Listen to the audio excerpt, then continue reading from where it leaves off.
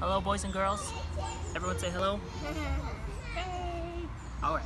Today we're reading Gruffalo's Child. Bing. All right, here we go. Ready? Let's go. The Gruffalo said that no Gruffalo should ever set foot in the deep, dark wood. Why not? Why not? Because if you do, the big bad mouse will be after you. I met him once, said the Gruffalo. I met him a long, long time ago. What does he look like? Tell us, Dad.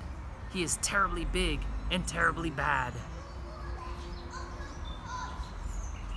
I can't quite remember, the Gruffalo said.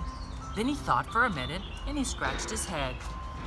The big bad mouse is terribly strong, and his scaly tail is terribly long. His eyes are like pools of terrible fire, and his terrible whiskers are tougher than wire. Ooh, that's scary. One snowy night when the Gruffalo snored, the Gruffalo's child was feeling bored. The Gruffalo's child was feeling brave, so he tiptoed out of the Gruffalo cave. The snow fell fast and the wind blew wild. Into the wood went the Gruffalo's child. There goes the baby. Into the woods. Aha! Oh, a trail in the snow. Whose is this trail, and where does it go? A tail poked out of a long log pile.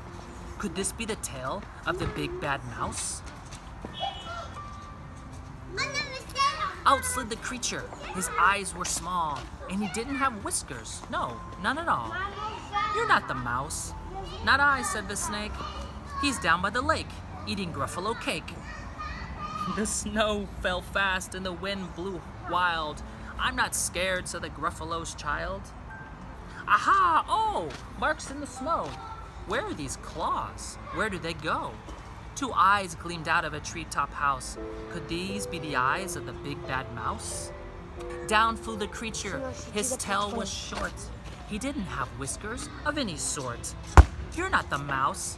Toohoo! Not I, but he's somewhere nearby, eating Gruffalo pie. The snow fell fast. The wind blew wild. I'm not scared, said the Gruffalo's child. Aha! Oh-ho!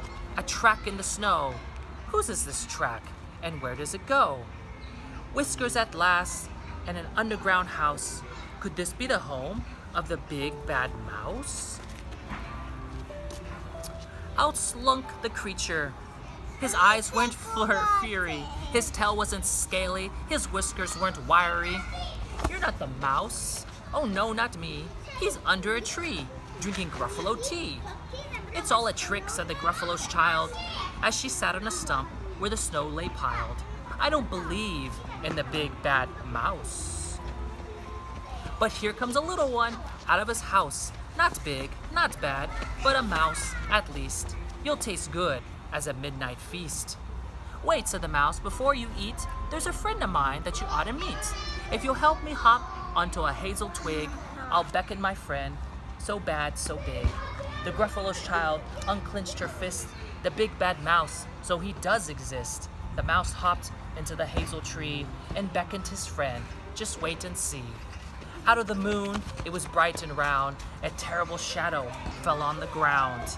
Who is this creature so big, bad, and strong? His tail and his whiskers are terribly long.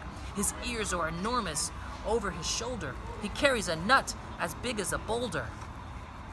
The big bad mouse yelled the Gruffalo's child. The mouse jumped down from the twig and smiled. Aha, oh-ho, prints in the snow. Whose are these footprints? Where do they go? The footprints led to the Gruffalo cave, where the Gruffalo's child was a bit less brave. The Gruffalo's child was a bit less bored, and the Gruffalo snored and snored and snored. The end. The Gruffalo's child. Thank you for today. I hope you enjoy that. We'll see you later. Bye.